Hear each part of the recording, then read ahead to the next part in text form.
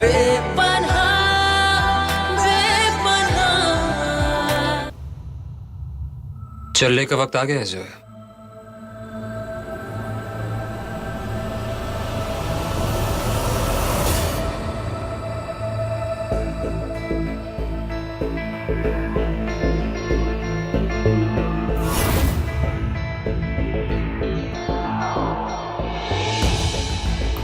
किसी भी नमाजी को हाथ लगाने की आपकी जरूरत कैसे हो गई? CBI special officer Rajveer Khanna. मैं आपके जज्बातों की कद्र करता हूं, लेकिन मैं फिलहाल यहां तो बड़े शातिर मुजरिमों की तलाश में आया हूं। जनाब, मेरा नाम वसीम आलिम है और मैं इस गांव का मुखिया हूं। और मैं देख रहा हूं कि यहां कोई मुजरिम नहीं बल्कि नमाज की तिलावत करती हुई एक औरत नजर आ रही है।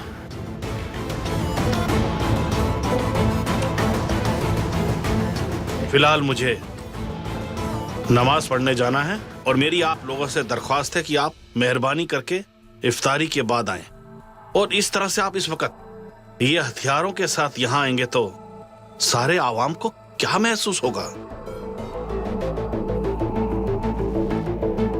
आप कानून के रास्ते में आ रहे हैं और आप मजहब के रास्ते में आ रहे हैं।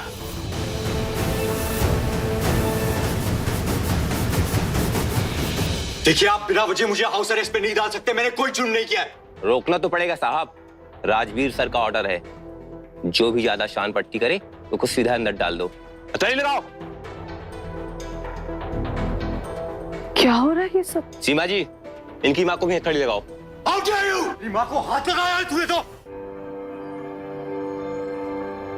इफ्तारी के बाद अगर इन दोनों ने सरेंडर नहीं किया ना, इनके खिलाफ शूट एट साइट के ऑर्डर है मेरे पास।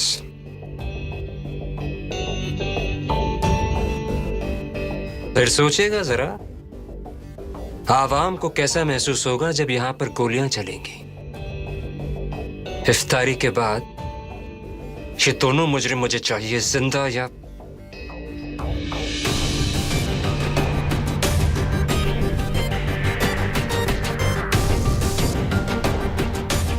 चलो।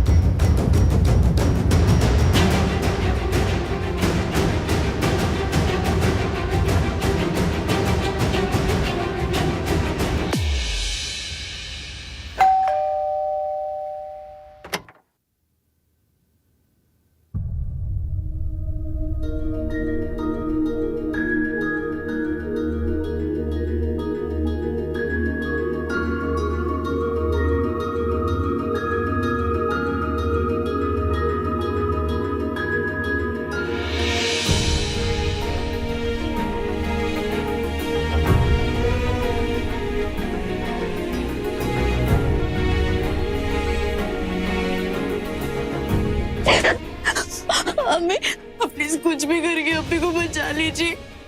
नूर बेटा, हम लोग आ गए हैं ना? हाँ, अब सब ठीक हो जाएगा। हम जोया को भी वापस ले आएंगे। हाँ, रोना बंद कर।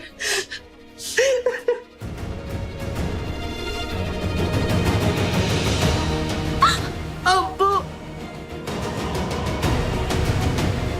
तो आप लोग अब आए हैं?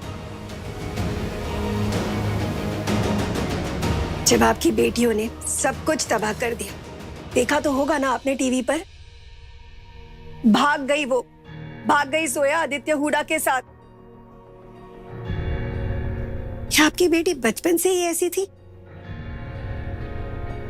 या वो कैसी है आप लोगों को पता ही नहीं? नहीं जी, हमारी जोया बिल्कुल भी बचपन से ऐसी नहीं थी। ऐसी परवरिश नहीं दी हमने उन्हें। वो तो आपके यश से शादी करने के बाद बदली है। वो संगत का असर हो गया होगा। वसीम प्लीज, आप आप लोग यश को ताना मार रहे हैं और मैं जोया को। पर नहीं मानता ना जब अपने बच्चे गलतियां करते हैं।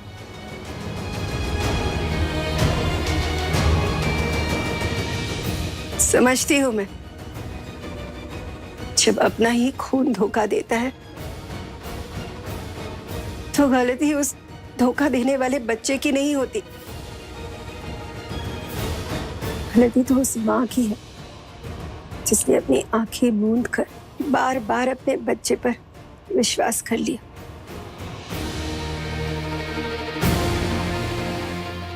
मधु जी,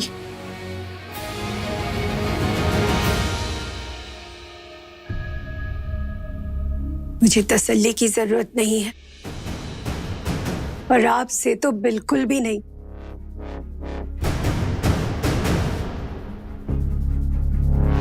तसल्ली तो आपको देनी भी नहीं चाहिए।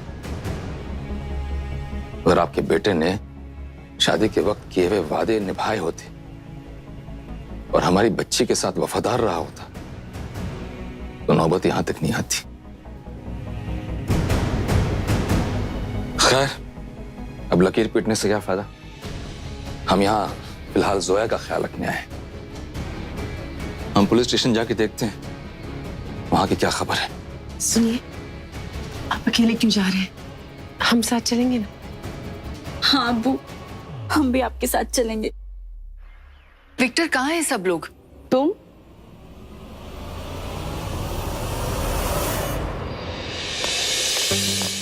तुम क्यों आई हो हमारे परिवार का तमाशा देखने?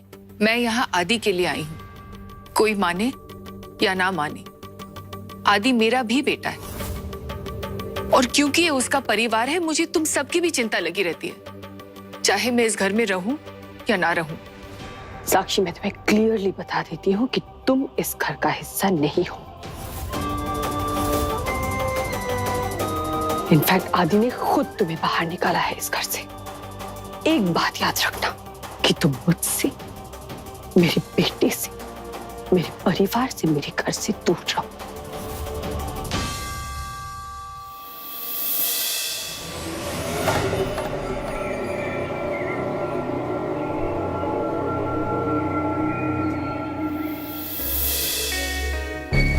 शुक्रिया।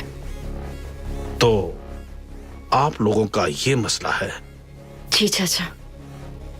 चाचा, हम नहीं जानते कि हमारे साथ ये खेल क्यों खेला जा रहा है, लेकिन हमारे पास भागने के अलावा और कोई चारा नहीं था।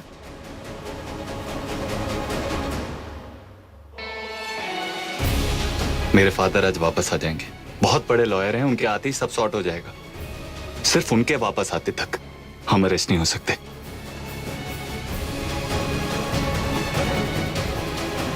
बेटा, दिमाग ये कहता है कि पुलिस से झगड़ा मोल लेकर मैं बहुत बड़ी गलती करने जा रहा हूं, मगर दिल को तुम्हारे ईमान पर पूरा भरोसा है। इसलिए बच्चों, मैं तुम दोनों की मदद करूंगा। अगर अल्लाह ने तुम दोनों को मेरे पास भेजा है तो जरूर इसमें कोई उसकी मर्जी होगी, और अल्लाह की मर्जी के बीच में आने वाला मैं कौन होता हूं? तुम दोनों फिक्र मत करो, मैं तुम्हारी मदद जरूर करूंगा। तुम्हारी तरह मेरी भी एक बेटी है, मगर मुझसे बहुत दूर।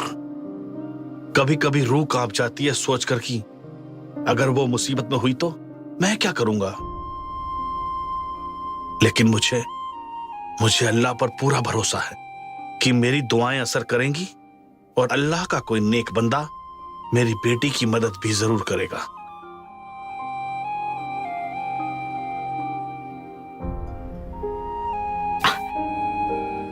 शुक्रिया चाचा। चाचा, आप जानते हैं कि हमारे अब्बू का नाम भी वसीम है। खुश रहो बेटा।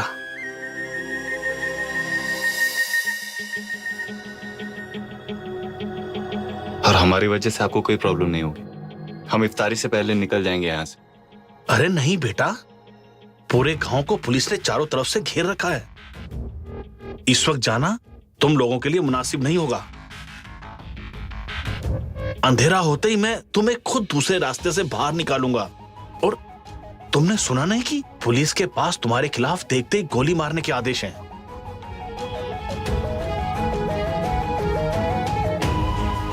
बेटा, ऐसा कहा जाता है कि रमजान में किसी जरूरतमंद की मदद करने से और दुआएं मिलती हैं। मैं तुम्हारी मदद करूंगा।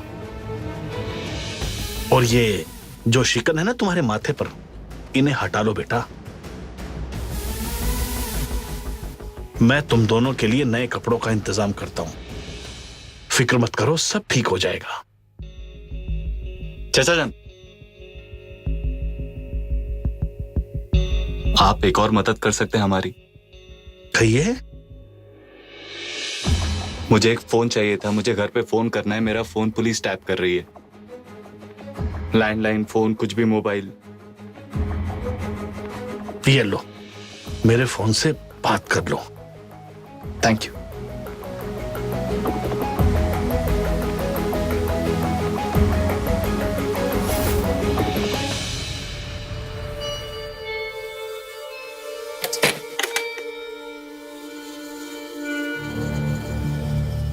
वसीम चाचा, वो दोनों मुजरिम हैं और तुम उन दोनों को शेयर देके पूरे गांव वालों को मुसीबत में डाल रहे हो। बेटा, वो मुजरिम नहीं है, मेहमान है। और मैं उन्हें शय नहीं दे रहा हूं, बल्कि पनाह दे रहा हूं। अल्लाह ने उन्हें मेरी पनाह में भेजा है। बेटा, अगर तुम मेरी थोड़ी सी भी इज्जत करते हो ना, तो अल्लाह के वास्ते अपनी जुबान बंद रखना।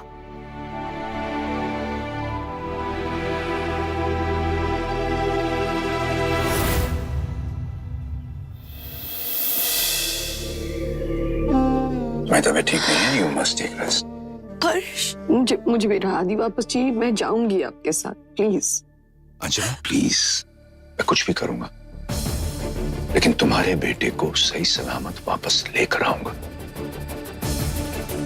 मैं जानती हूँ। आपको पता है, कितने सालों के बाद मेरे बेटे ने मुझे माँ कहकर बुलाया। मेरी गोद में सर रखकर सोया वो।